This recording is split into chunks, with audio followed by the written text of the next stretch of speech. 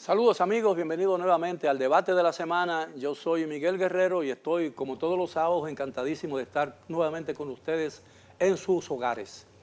Esta noche vamos a conversar sobre las perspectivas de la economía en el próximo año. Un año de elecciones que por lo regular en la historia dominicana viene lleno de incertidumbre. Y para ellos cuento con la grata compañía de 4 destacados economistas dominicanos. Los señores Henry Ebrard, Luis Santos, Raúl Hernández y Alejandro Arredondo. Buenas noches, caballeros, gracias por aceptar nuestra invitación. Buenas noches. Gracias. ¿Tienen fundamento los temores que se observan en algunos sectores de la vida nacional sobre la posibilidad de que el año próximo, año de elecciones, sea un año de incertidumbre económica? Bueno, en realidad hay debilidades en muchas variables de la economía y parte de eso es el alejamiento que se ha producido del crecimiento, del comportamiento del crecimiento con el verdadero potencial de crecimiento de la economía, un 5%. Entonces, desde la pandemia, lo que se observa es un alejamiento del crecimiento potencial, a pesar de haber tenido un 4.9 que públicamente lo he criticado a través de mis artículos y en la televisión también, porque venía ya heredando situaciones del año que uno lo considera no nulo, pero neutro en función de que el impacto de la pandemia, y ese año ya venía con ciertas distorsiones en tanto los sectores estructurales de la economía presentaban cifras que todavía no se ajustaban a la del promedio histórico. El hecho de que la economía cierre en un 2% o en el trayecto de un 2.5% y que no se llenen las expectativas del Banco Central, de las autoridades, y que tampoco se llenan las expectativas de la reciente misión que estuvo visitando el país del FMI, a mí un tanto me da pena porque nunca una misión había fallado en las expectativas y tan reciente al cierre del año. Es decir, déjeme ver si le entiendo, para ilustración de la gente, de las personas que nos están viendo y escuchando en este momento. Es decir, que la proyección de cierre de este año será inferior a lo que se había vaticinado al comienzo del año. Claro. Es decir, vamos a crecer al final durante el año 2.5%. Sí, y la del 24, siendo así entonces, las perspectivas que manifiesta las autoridades del Banco Central y que también enfatizó el FMI del 24 y un 5%, dado que a partir de mayo se cierra el ciclo restrictivo de política monetaria e iniciamos entonces un ciclo que se pudiera decir de flexibilidad monetaria combinada con expansión y por un lado con control de instrumentos de expansión. Eso fue para tratar de detener la inflación, ¿no? Bueno, reduciendo la capacidad de consumo de la gente. Exactamente. Entonces, en ese objetivo, pues entonces el impacto de esa expansión, que es un hito en la historia. O sea, en tiempo de pandemia se hizo una emisión de 215.000 millones. En este año, sin pandemia, post pandemia, en 6 meses se ha producido una expansión de 205 millones. Es decir, eso es un hito en la historia de la política monetaria de este país, de la historia una del Banco expansión del Central. circulante. Exactamente. Pero la política no estaba dirigida a restringir el circulante para evitar un crecimiento de la demanda que produjera una revolución de precios. Sí, pero una vez obtuvieron, lograron en la concesión del banco, lograron su tasa anclar la tasa de inflación en la meta de inflación de un 4% según ellos, porque es contradictorio, la meta de inflación del 4% es contradictorio porque todavía hay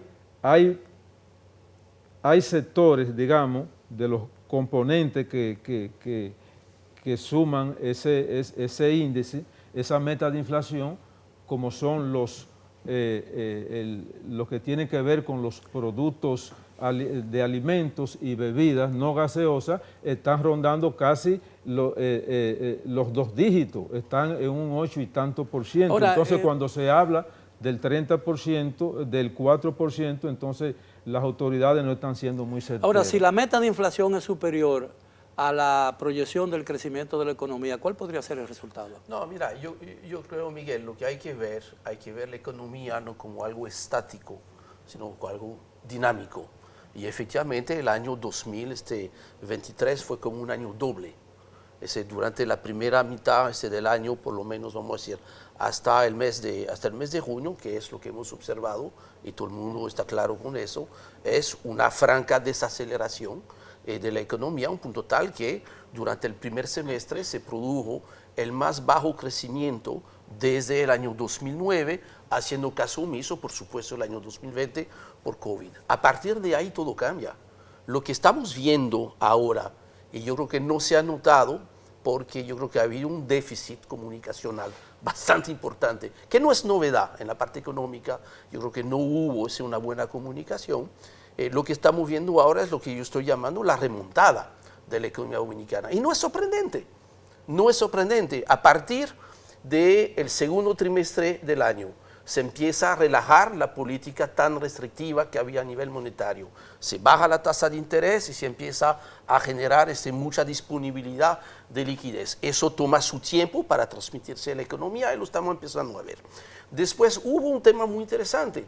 En abril, mayo y junio se adelantaron los incrementos salariales del salario mínimo que se tenía que esperar el final de este año. Se logró adelantar. En abril se subió el salario mínimo del sector privado no sectorizado.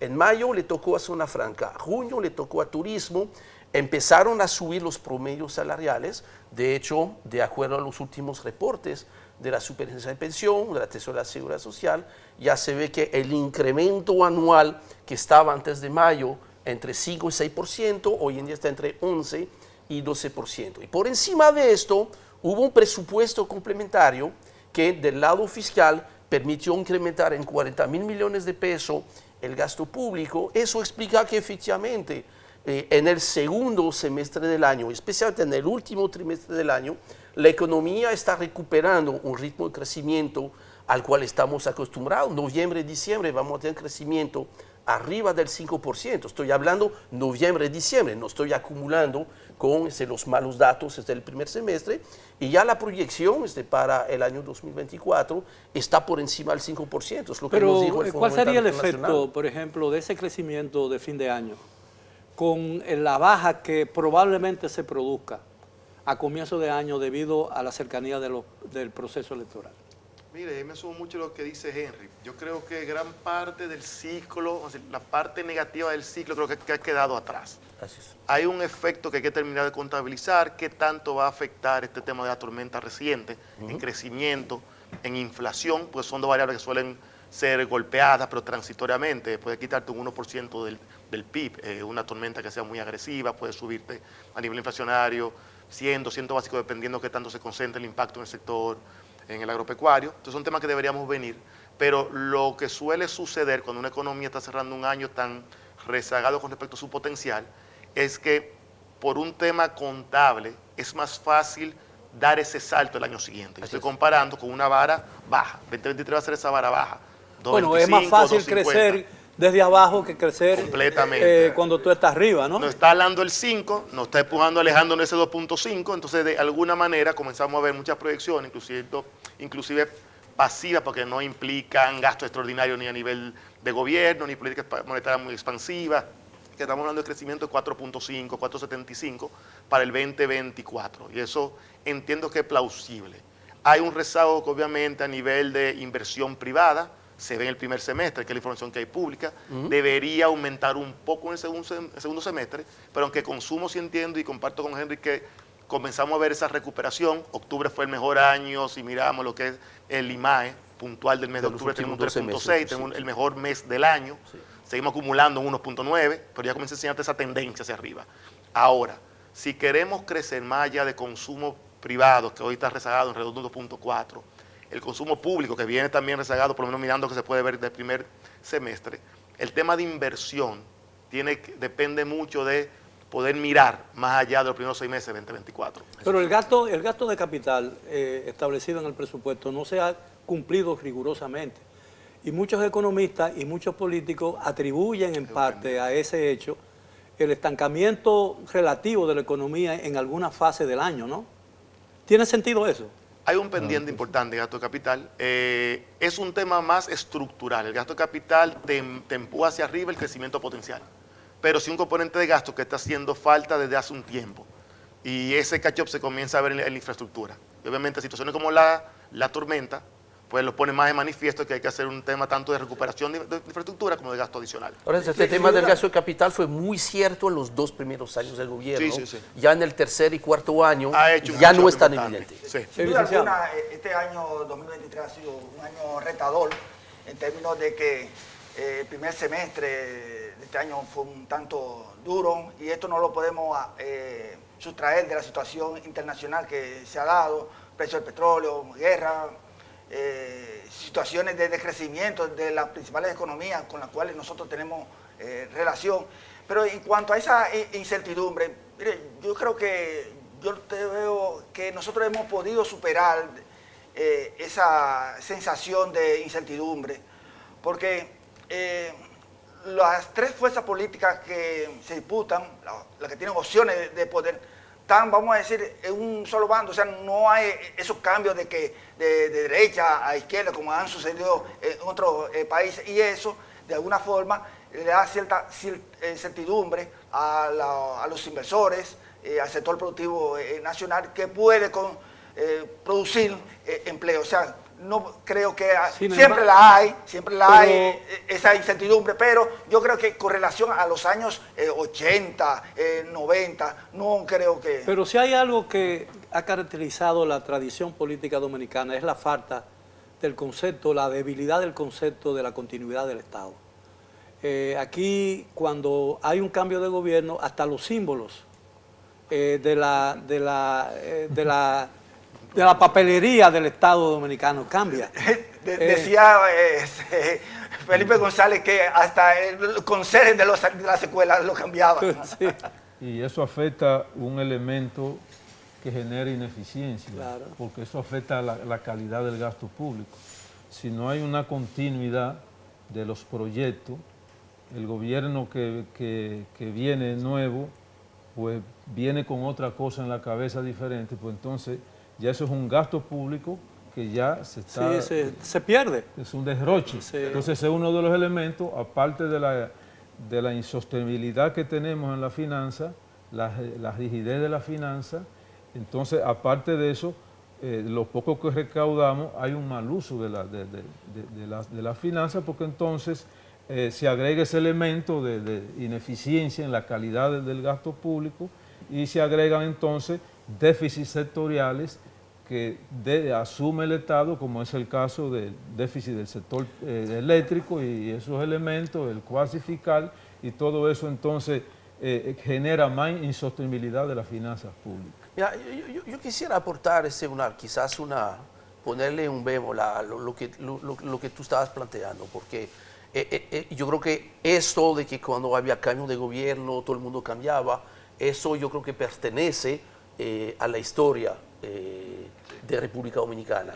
Lo que hemos visto en las pasadas administraciones es un poquito diferente.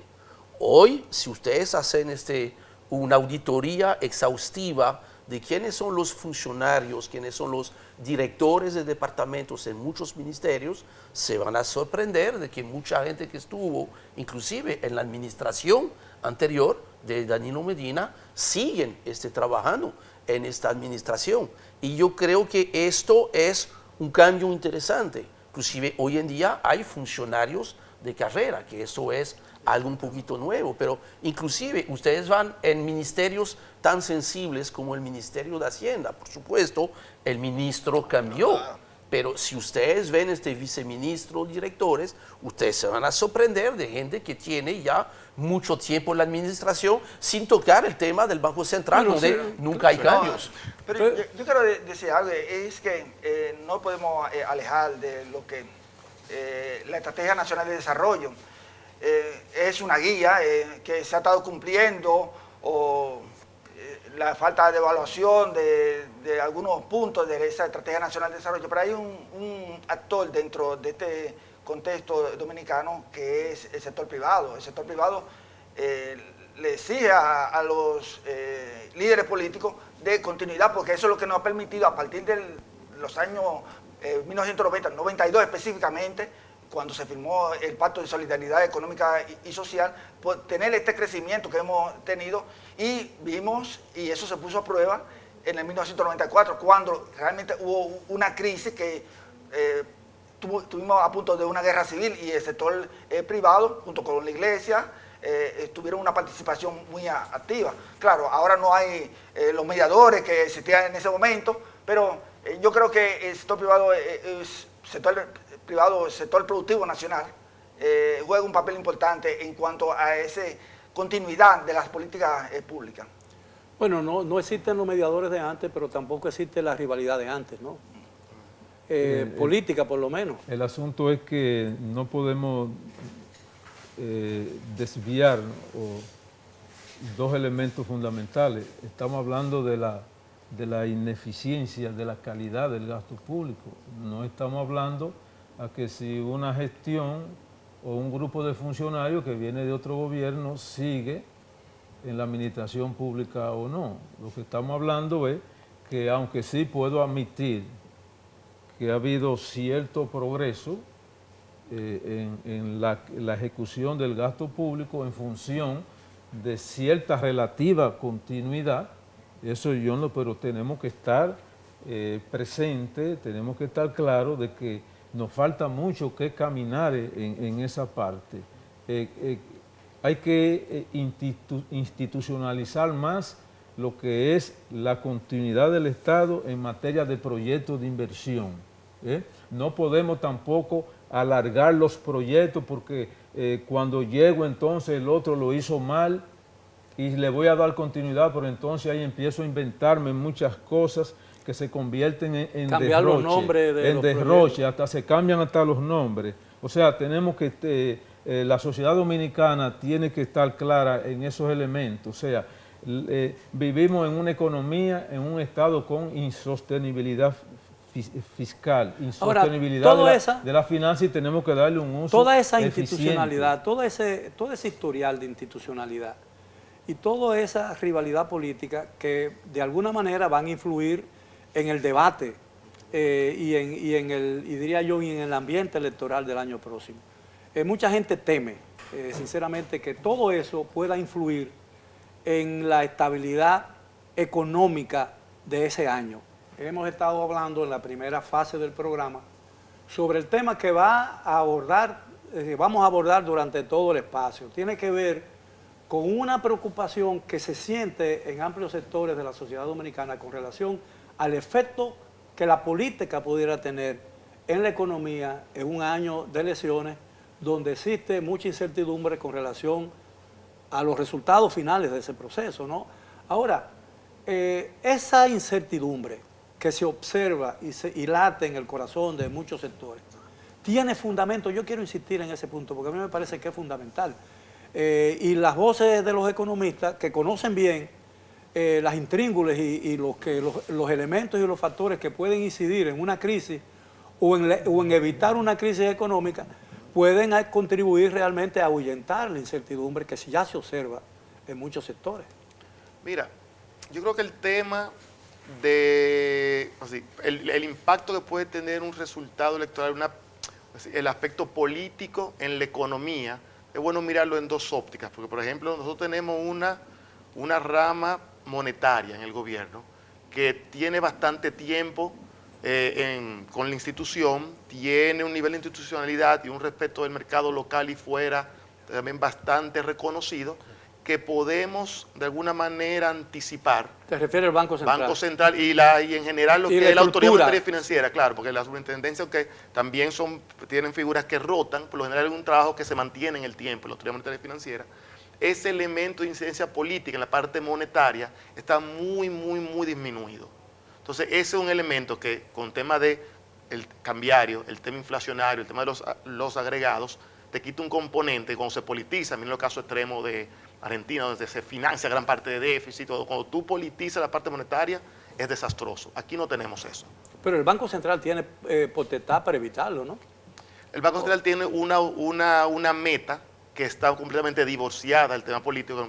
Comienza a mirar desde 2012, si no recuerdo mal, el tema inflacionario, e indirectamente mira crecimiento, mira el tema de la administración cambiaria, y fíjate que ya no tiene un componente político tampoco en la parte práctica. Toman sus decisiones muy mirando fundamentos, perspectivas y muy transparente en los por qué. Podemos estar de acuerdo en cierto momento, pero muy, muy técnico el trabajo monetario.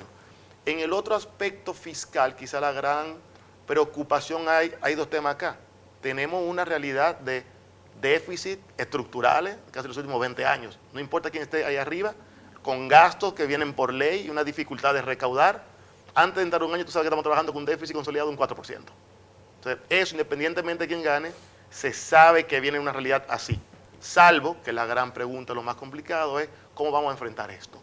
Y ahí entra el tema, si este año, si no, el 24, pero quizás en 6 meses no se puede hacer una reforma fiscal sentada integral, pero tenemos que darle una solución eventualmente, más temprano que tarde, a esa parte del gasto público, la recaudación y el manejo de la deuda.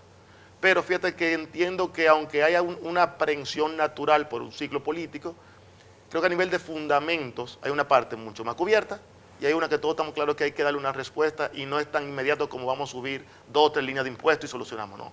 El trabajo de fondo es más delicado. Tiene un componente del sector eléctrico también estructural y quizás toda una filosofía de qué tipo de sociedad queremos, cómo vamos a financiar esa sociedad, y eso no se hace en 6 meses. Esa es la dificultad.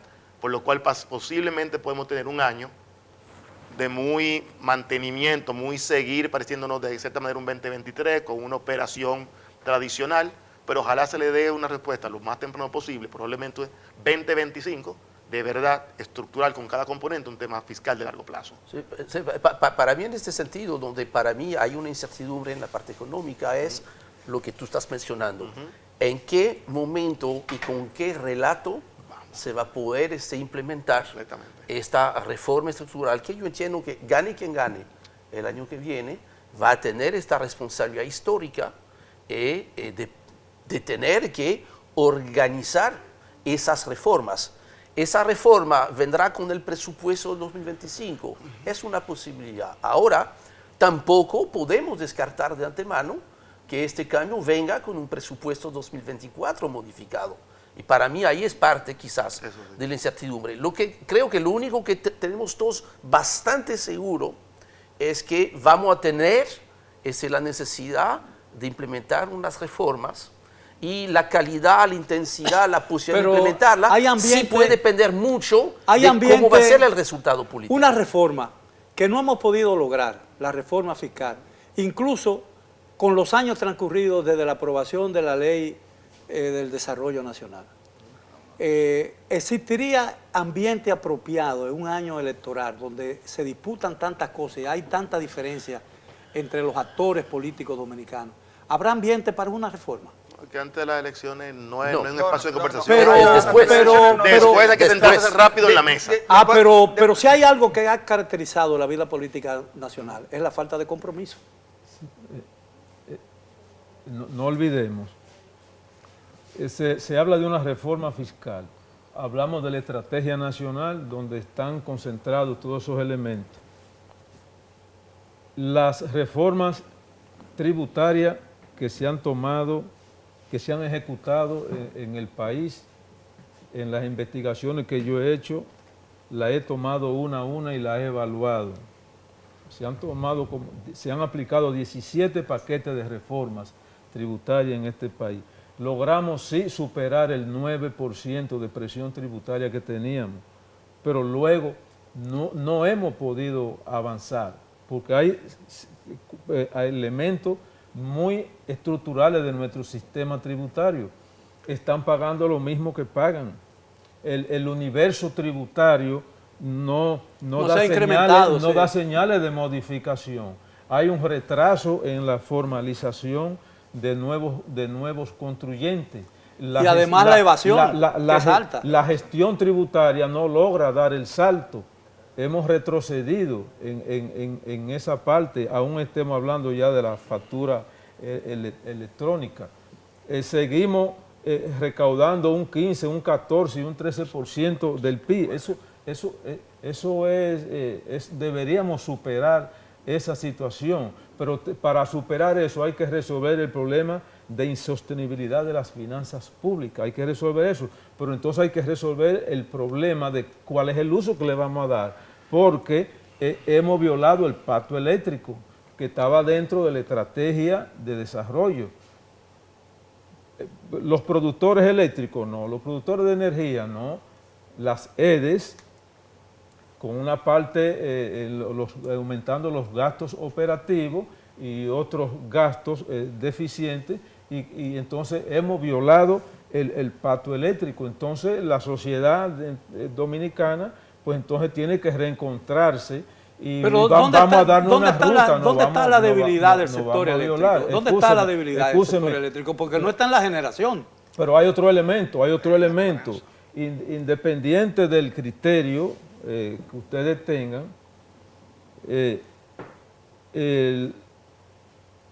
las exenciones tributarias, eso es un elemento que hay que abordarlo, Para el presupuesto 2023 teníamos 2.5, estamos ahora en el próximo presupuesto con un 4.5. Entonces, ¿bajo qué criterio, bajo qué enfoque se duplica esa cantidad? ¿Cuál es el criterio? Pero ¿cuál sería el ideal en la captación de impuestos? ¿Qué porcentaje? En un 14, se habla de un 14, de un 13. ¿Cuál sería lo ideal? ¿Aumentar 3 puntos en la recaudación? Bueno, cada economía se da el porcentaje de presión tributaria que corresponde a sus particularidades. El promedio latinoamericano anda por el 24 y otros países, otros grupos mantienen el 20. Ahora, el problema no está tanto en qué presión tributaria tú te das como país, sino cuál va a ser el uso eficiente que tú le vas a dar al gasto. Sí, pero si no tiene el dinero, no importa.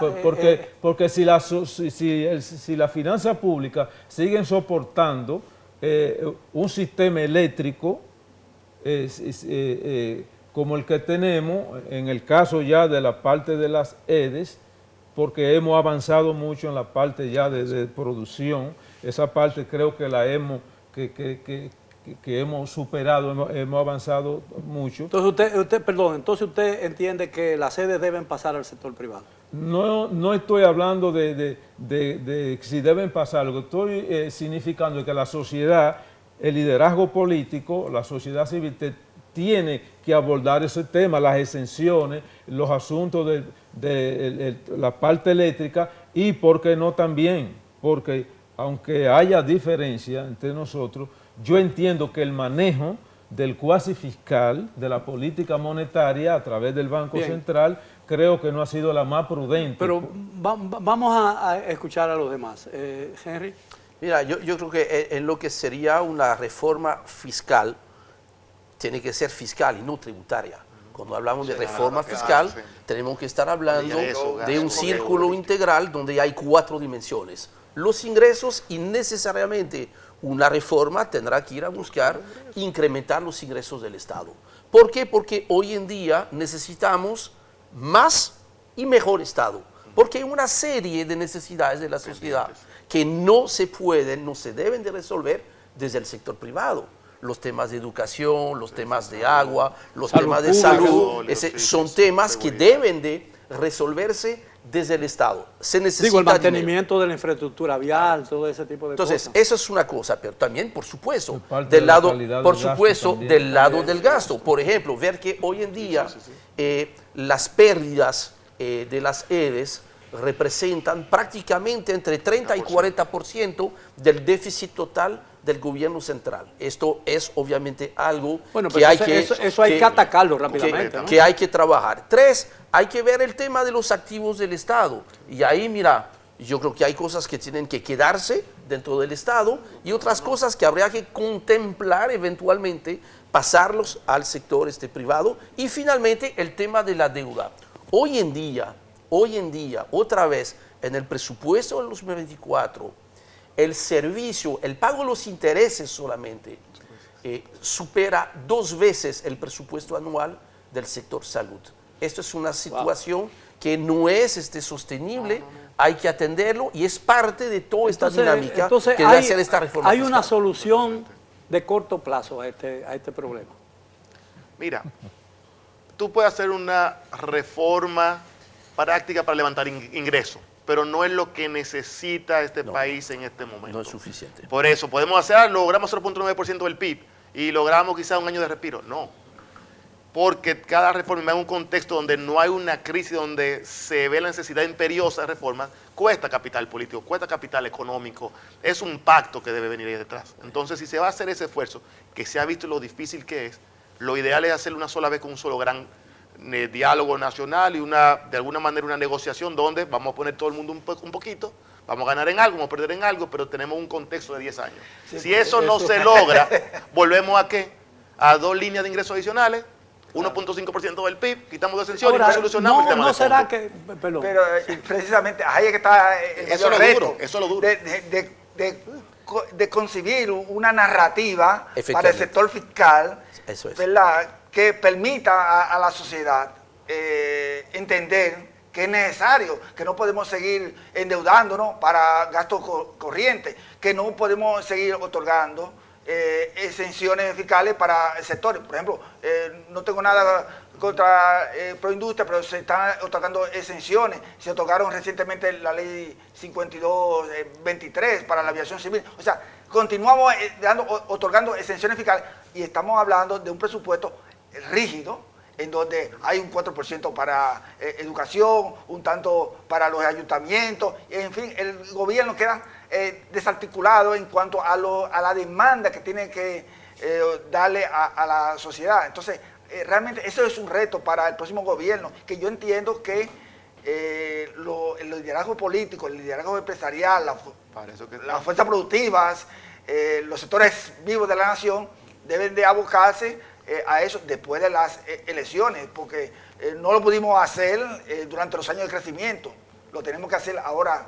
En la época mala. Ahora, nos hace falta más dinero, hay necesidad de hacer una reforma fiscal, hay necesidad de mejorar los ingresos, reducir la deuda, pero ¿cómo podemos resolver todo eso si el Estado dominicano sigue creciendo?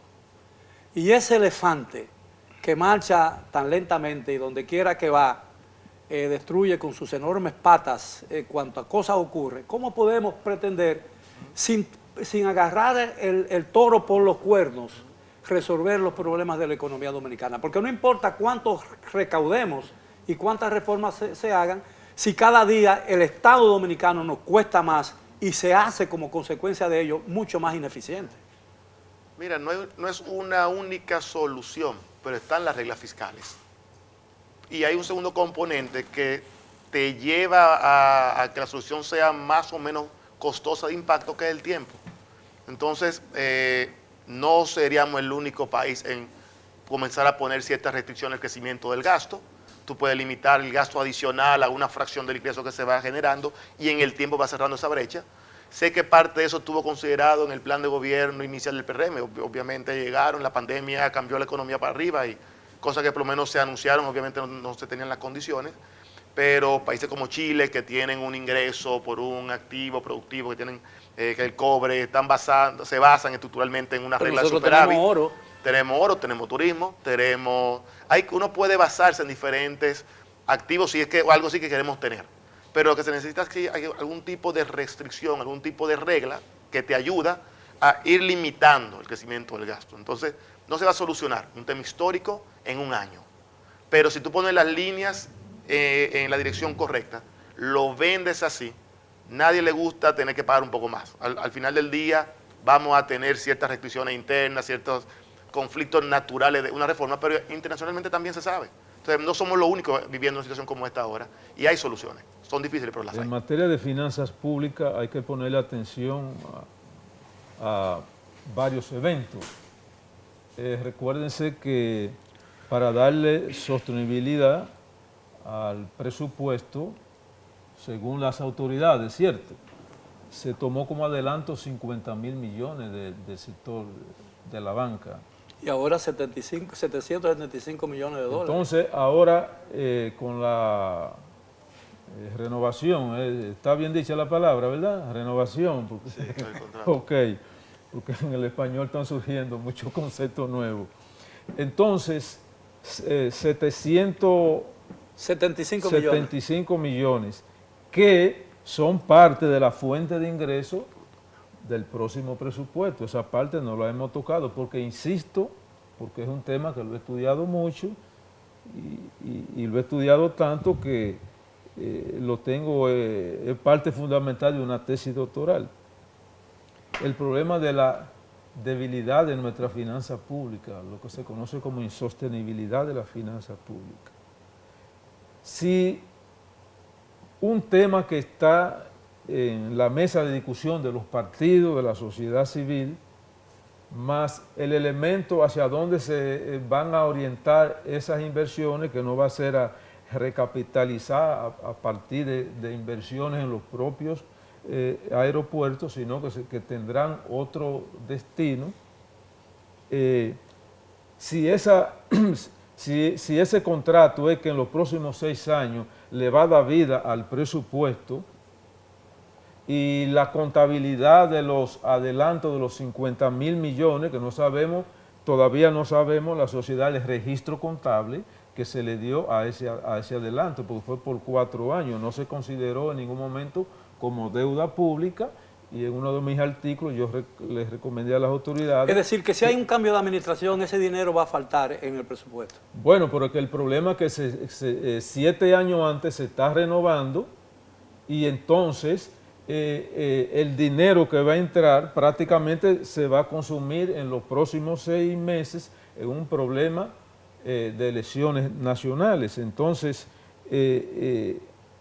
eso además de que genera una situación de transparencia, más una ley que pasó que los dominicanos no nos dimos cuenta después que se aprueba la modificación del proyecto, es que se anuncia que fue en base a esa ley, desconociendo el sistema de control que, dicho sea de paso, a partir de la reforma del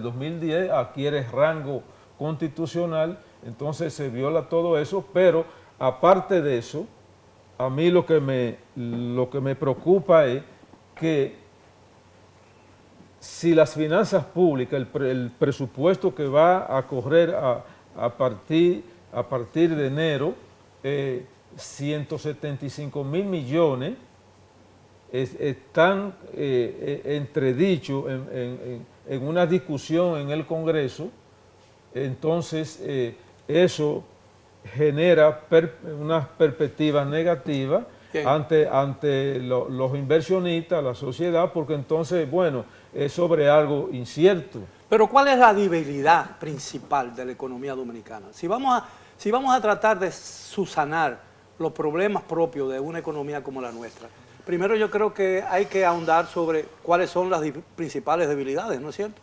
Bueno, si vamos a los números, definitivamente hoy en día el problema es que el Estado no tiene los grados de libertad suficientes para poder ejercer su labor como Estado. Se necesita un poco más de Estado, pero sobre todo un mejor Estado. No vamos a poder resolver los problemas de la sociedad dominicana si no tenemos un Estado que pueda gastar Pero más y sobre todo gastar mejor.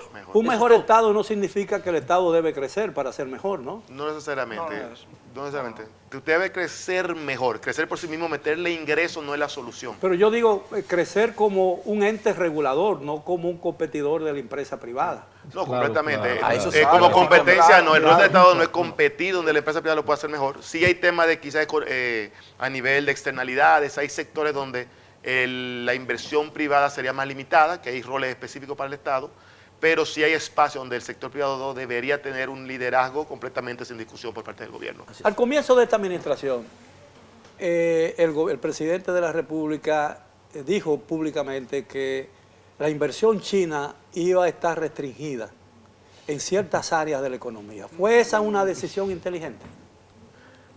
Toma un poquito de agua aquí. Yo entiendo que no, porque si partimos del propio impacto en la materia de salud de la pandemia, cuando llegaron las vacunas estadounidenses, que yo no tengo nada contra ellos, pero cuando llegó ya la República Dominicana había resuelto un 80% con las vacunas. Sí, pero el presidente Abinader estableció esa restricción en áreas como en los puertos, Sí, los Y puertos. telecomunicaciones.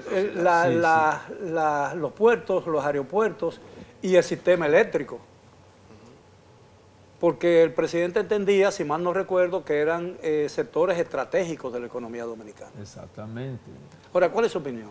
Bueno, yo creo que el gobierno con el asunto de eso es un manejo geopolítico que se tiene que dar. Yo siempre he dicho que las relaciones con China hay que caminarlas sobre el filo de una navaja, porque tenemos una parte, China, tenemos relaciones ya con China, con nuestro principal socio comercial, Estados Unidos de América. Debe ser un tanto... Pero China es el principal socio comercial de Estados Unidos, ¿no? Sí, claro. Yo sé Mira cómo yo cómo salida. está. Pero Sí. se supone que somos un Estado soberano y no tenemos que estar Bueno, viendo las es que cosas como con dicen, son navajitas grandes y se cosas. entienden, ¿no? Sí, son grandes. Sí, pero un Sí. Estado soberano no tiene que estar porque mirando las cosas Ahora, con navajita y nada de eso. yo creo que cuando- porque lo que debe primar son los intereses. Pero yo creo que... Ahora, escúsenme, en cierta parte, sí, los Estados Unidos, a la hora de concesiones de puertos, en su área de influencia, no son muy dados a ceder. Y eso no nos pasa solamente a nosotros con la República Bien, pero Dominicana. yo pienso que la gente mucha gente tiene miedo de que el proceso, la tranquilidad, se quiebre por las cosas que ocurren o que han ocurrido a lo largo de nuestra historia política electoral. ¿Cuáles son las garantías que tiene realmente la sociedad y la estructura económica dominicana para evitar que cualquier cambio brusco o cualquier incidente o accidente electoral pueda trastornar el crecimiento de la economía o la estabilidad económica de la República? Quizás no estoy siendo muy concreto, ¿no?, en la pregunta, pero muchas veces yo mismo me he hecho esa pregunta. Bueno, muy brevemente, porque no nos queda mucho tiempo. A diferencia que pueda tener con los colegas, yo entiendo que los indicadores económicos, los problemas del empleo, la inestabilidad macroeconómica, porque no soy partícipe de que hay estabilidad macroeconómica, eso lo podemos discutir en otro programa. Yo creo que son indicios que no son muy halagüeños. Ahora sí, dado que se dé una situación de tipo política, entiendo que el sistema político partidario de la República Dominicana es lo suficiente maduro, que hay instituciones que norman ese sector, que son creíbles y que una situación de conflicto yo creo que se Bien. puede administrar. Bien, no nos queda mucho tiempo y quisiera escuchar la opinión de todos ustedes. Bueno, yo creo que es bueno tener una Junta Central Electoral creíble, credibilidad que inspire y haga sentir esa credibilidad hacia el resto de Y autoridad moral, ¿no? Claro, y autoridad moral. Tenemos un sector privado, sector productivo nacional que genera más del 80% de la riqueza.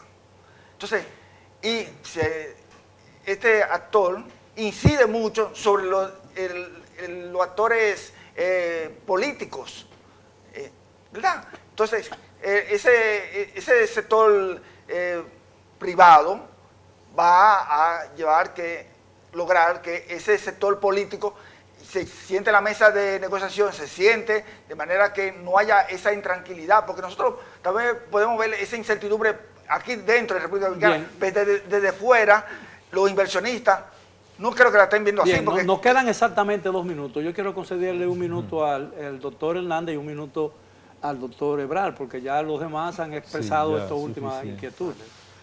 3 puntos bien críticos, bien cortos. Uno, todavía, aquí no hay muchas encuestas de expectativas que uno puede utilizar, pero el Banco Central publica una de expectativas del sector financiero y la última, vamos a decir, el cierre de octubre, no recuerdo si salió el de noviembre, todavía hablaba de un mercado propositivo, en el sentido de que se veía que se esperaba un año rezagado 2023, pero el 2024 se estaba trabajando en vista de acercar un 4.5, 4.7% de crecimiento, en un ambiente de estabilidad de precio y tipo de cambio. Eso te enseña que aunque sí estamos todos claros que venimos a una curva electoral, una curva donde hay una discusión fiscal de fondo, todavía se está trabajando por lo menos en coyuntura como que vamos a poder pasar esta ola. Obviamente, nadie abre proyectos de inversión que pasen de un año a otro sin tener claridad de resultado y sin tener la claridad fiscal.